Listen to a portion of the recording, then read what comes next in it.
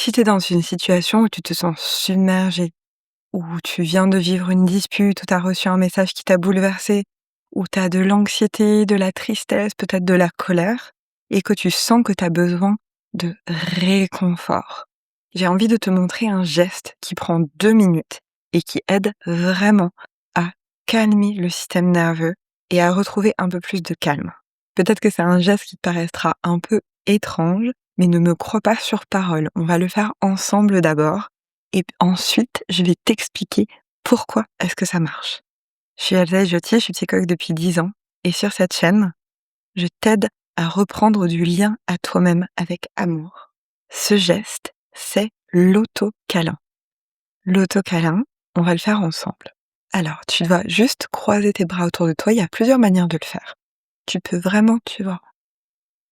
Et dans tous les cas, l'idée c'est vraiment de te sentir contenu. Donc tu vas exercer une pression, tu peux mettre tes bras comme ça, tu peux le faire comme ça également. Mais moi j'aime bien, et tu peux mettre ta main aussi derrière dans ton dos, tu vois. Moi j'aime bien essayer un peu chaque position et voir dans laquelle je me sens le mieux. Et en fait, une fois que tu fais ça, tu vas exercer une pression et tu vas juste te détendre. Et tu vois, moi là, je sens que mon corps peut s'apaiser. Tu vois, je vais réajuster un peu parce que là, je sens que c'est là que j'ai besoin d'être prise, ici, d'être tenue. Et en fait, c'est vraiment un geste qui va faire sentir à ton corps que tu es tenu, que tu n'es pas seul, que tu peux te déposer, que tu peux te calmer. Il faut vraiment sentir, c'est comme si tes bras, c'était la personne qui te fait un câlin, et toi, tu vas juste te détendre dans ce câlin. Et une fois que tu es là-dedans, vraiment ressens les sensations. Tu vas peut-être avoir envie de vraiment respirer beaucoup, de te détendre. Parfois, il peut y avoir des larmes qui viennent, il peut y avoir vraiment quelque chose où on va sentir qu'on se dépose. On peut, se bercer un peu, on peut faire, tu vois, des petits gestes comme ça. Où vraiment l'idée, c'est de se donner de la tendresse, de la présence. Vraiment une qualité de présence où on est là pour soi. C'est vraiment un geste qui dit à notre corps: «Je suis là, tu n'es pas seul, tu es tenu». Oh, et voilà. Et rien que de faire ça pendant 2 minutes, même si peut-être au début tu trouveras ça bizarre, même si parfois, tu trouveras ça un peu étrange, juste reste avec ça. Essaie de sentir dans ton corps de quoi tu as besoin,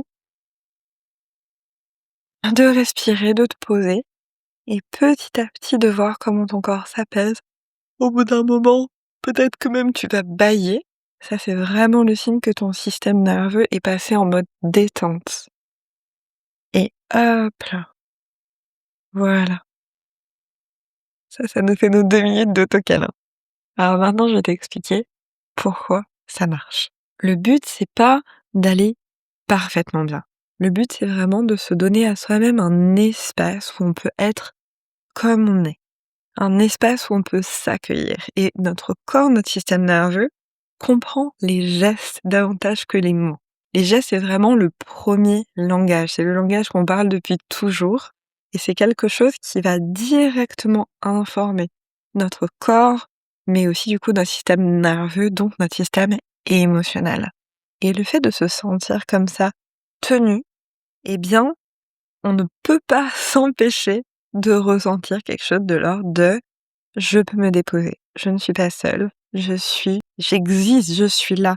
Et en fait, on crée un espace où tout ce qui est en nous, tout ce qui va comme tourbillonner à l'intérieur de nous, si on a plein d'émotions qui partent dans tous les sens, eh bien, ce geste-là, ça va faire que ces émotions, elles vont avoir comme un cadre où elles vont pouvoir exister, où elles vont pouvoir vraiment prendre la place et au bout d'un moment se déposer. C'est vraiment, je me tiens dans les bras et j'accueille. De la même manière que quand tu prends quelqu'un dans les bras, c'est un geste d'accueil. C'est je te prends comme tu es. Je suis là pour te rassurer, je suis là pour toi et tout ce qui est là, je l'accueille. Et en fait, notre corps comprend ce message quand on fait ce geste. Et le fait de sentir que on peut s'appuyer sur soi-même, là en l'occurrence, ça va faire que on va pouvoir davantage ressentir nos émotions. Parce que on a vraiment cette sensation de quelque part je suis pas seule, parce que je suis là pour moi, pour ressentir mes émotions. Donc mes émotions, je vais pouvoir davantage les traverser. Elles vont pouvoir davantage être là, mais je vais me sentir davantage en sécurité pour les ressentir. Et alors, quand tu es dans ce cas-là, il y a différentes manières d'aller un peu plus loin. Dans tous les cas, ce qui est important, c'est de ressentir ce qui est bon pour toi, ce qui te fait du bien. Et donc, quand tu es dans ce cas-là, tu peux en effet soupirer, tu peux en effet te bercer un peu. Parfois, ça peut être un geste qui est vraiment apaisant, comme ça, sur le côté ou bien d'avant en arrière. Voilà, les bercements pour le système nerveux, c'est pas pour rien que ça calme les bébés, c'est quelque chose qui vraiment va nous apaiser. Et on peut aussi, voilà, se caresser un peu, comme ça ou comme ça. En tout cas, voilà, un geste qui peut être un geste de tendresse, de douceur, qui peut vraiment nous aider aussi à se sentir, voilà, pris dans de la douceur et de l'apaisement. Et on peut éventuellement, si ça nous parle, se dire des choses. On peut se dire: «Je suis là». On peut se dire: «Je t'accueille comme tu es» ou «Je m'accueille comme tu es». On peut se dire: «Je ne suis pas seule», parce que, en fait, «je ne suis pas seule», ça peut paraître, par exemple, vraiment hypocrite à ce moment-là, puisque littéralement, on est seul à se faire un autocâlin, mais non. Parce que c'est très différent d'être avec nous-mêmes et de se rejoindre nous-mêmes quand on a des émotions difficiles, que de se sentir totalement pas reçu. Quand on se reçoit nous-mêmes, on est reçu. Quand on se dit: «Tu as le droit de ressentir des émotions», ces émotions, elles sont vues par nous-mêmes et c'est pas rien. Alors que la situation, où on est vraiment seul, c'est une situation où on ne s'autorise pas à ressentir nos émotions, on ne s'autorise pas à être comme on est, on ne se voit pas, on ne voit pas nos propres émotions, on ne leur laisse même pas de place et parfois on se culpabilise de ressentir ce qu'on ressent. Et là, on est dans une vraie solitude. Alors que l'autocâlin et ces phrases-là de «Tu n'es pas seul, je suis là, tu peux te poser», c'est vraiment des phrases où on se dit à soi-même que on se voit nous-mêmes, on s'accompagne nous-mêmes. Et ça, c'est quelque chose qu'on peut vraiment se donner à nous-mêmes. Et si tu te rends compte que ces mots, eh bien, tu peux pas les dire sans être un peu cringé et que t'y crois pas trop, il y a vraiment pas besoin parce que le câlin, l'autocâlin lui-même, eh bien, il donne déjà ce message que tu dis ces mots ou pas. Et tu peux vraiment juste te laisser toucher par cet autocâlin. Et je pense que ce que cet exercice, ce geste apporte avant tout, c'est de se dire: «J'ai le droit d'être accueilli comme je suis, quand je traverse des émotions». Quelle que soit ma situation, quelle que soit on a tellement appris, étant enfant que certaines émotions étaient pas acceptables, que certaines émotions, c'était pas confortable pour les autres, qu'on ne devrait pas les avoir et cetera. Et le simple fait de pouvoir se dire: «J'ai le droit de ressentir ça, je m'accueille avec tout ce que je suis là, maintenant et je n'ai pas besoin d'être quelqu'un d'autre ou de faire quelque chose ou de ressentir autre chose pour être digne d'amour et d'accueil et d'être acceptée comme je suis». Et c'est vraiment un geste d'amour envers soi-même. Moi, je sais que j'aime bien aussi, mettre les mains sur le cœur comme ça et vraiment pour ressentir que je me donne de l'amour à moi-même et j'ai de l'amour pour moi-même. Et pour moi, c'est vraiment ça. Ah, bien sûr, de l'apaisement pour ton système nerveux sur le moment, mais au-delà de ça, tu te donnes le message que tu es digne d'amour, quel que soit ton état. Si cet exercice est difficile pour toi, c'est possible parce que il y a beaucoup d'entre nous, on a tellement associé la sécurité, l'amour à des choses un peu dangereuses. Si c'est les mêmes personnes, quand tu étais enfant, qui étaient pour toi source d'amour et source de danger. Quand je dis danger, c'est danger au sens large. Ça peut être un danger physique, bien sûr, mais ça peut être aussi des gens qui vont te critiquer, enfin, voilà. Si tes parents pouvaient, d'une manière ou d'une autre, provoquer de la souffrance émotionnelle chez toi, eh bien, peut-être que l'amour, c'est quelque chose que tu as du mal à accepter. Peut-être que tu vas te dire: «Oh là là, c'est trop mièvre», peut-être que tu vas avoir des phrases comme ça, où en fait, être vulnérable, c'est difficile pour toi. Et si tu sens que c'est difficile pour toi d'être vulnérable, parce que bien sûr, quand on se fait un autocâlin, c'est un geste extrêmement vulnérable, on accueille notre vulnérabilité, c'est ça le but de ce geste, eh bien, c'est intéressant pour toi de voir que tu en es là.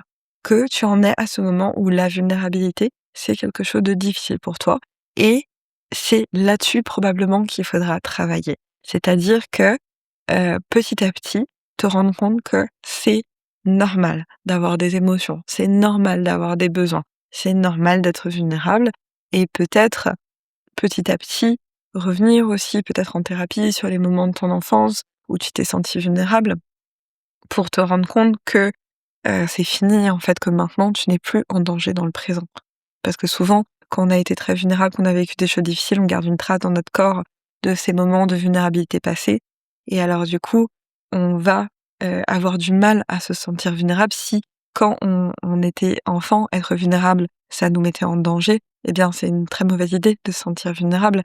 Mais peut-être que dans ton présent, maintenant, tu peux être vulnérable et que ce serait plus un danger, mais il faut que ton corps et ton système nerveux, ton cerveau, rattrapent et se rendent compte: «Ah ben oui, là maintenant c'est bon, on a le droit en fait, c'est plus un danger de se mettre en situation de vulnérabilité». Donc ça, c'est vraiment des choses qu'on peut faire en thérapie et c'est tout le but de beaucoup de travail, de reparentage, travail sur le psychotrauma et cetera. C'est de guérir les parts de nous qui ont vécu des choses difficiles dans l'enfance pour qu'on se rende compte que c'est fini. Si tout ce travail-là t'intéresse, j'ai un guide gratuit qui te permet de commencer ce chemin vers toi-même en reprenant le lien avec tes propres besoins, avec tes propres émotions, avec ton sentiment d'amour pour toi-même. Le lien est dans la description. Et si tu es intéressé par plus de vidéos pour davantage t'aimer et revenir vers toi et établir de la sécurité émotionnelle et de la souveraineté, n'hésite pas à t'abonner à cette chaîne. Je te dis à bientôt.